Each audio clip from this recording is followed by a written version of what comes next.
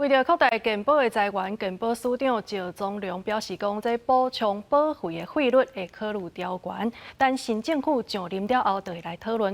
预计这股票减值，也有收储税的人，拢会受到影响。少子化加上超高龄社会，健保医疗支出逐年增加，健保的财务暗斗斗。为了扩充财源，卫生部健保署考虑调悬补充保费的费率。 亲像鼓励所得较侪的股票族，来加缴一寡补充保费，多赚一点钱的人去多缴是合理的。如果在就是合理的范围内啦，不太赞成因为这个算是我自己的一些小额投资。可是如果说把我这个另外投资赚到的钱又再去课税，我觉得反而会赚不到钱。健保署讲，去年健保补充保费总共收718亿。 包括高额的奖金、减值薪资所得、职业业务的所得、利息所得、股利所得、甲租金所得等6大类，只要每笔的金额超过2万块，就会课征2.11%的补充保费。未来会阁考虑调悬费率。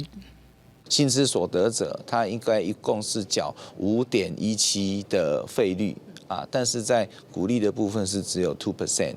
好，所以如果是以相同收入，应该要有相同的健保费的这个收取的话，那应该是要进行一些讨论。不过，医界团体认为，好业人有案的技术性早税金，建议除了检讨费率，嘛应该将税基改作加户总所得制，安尼较公平。无论你调整上下限或是费率，对于挹注健保的财务其实都是有限的。呼吁卫福部应该要针对现行双轨下收费不公的情况，来订定更细致的费基改善的这样的一个计划。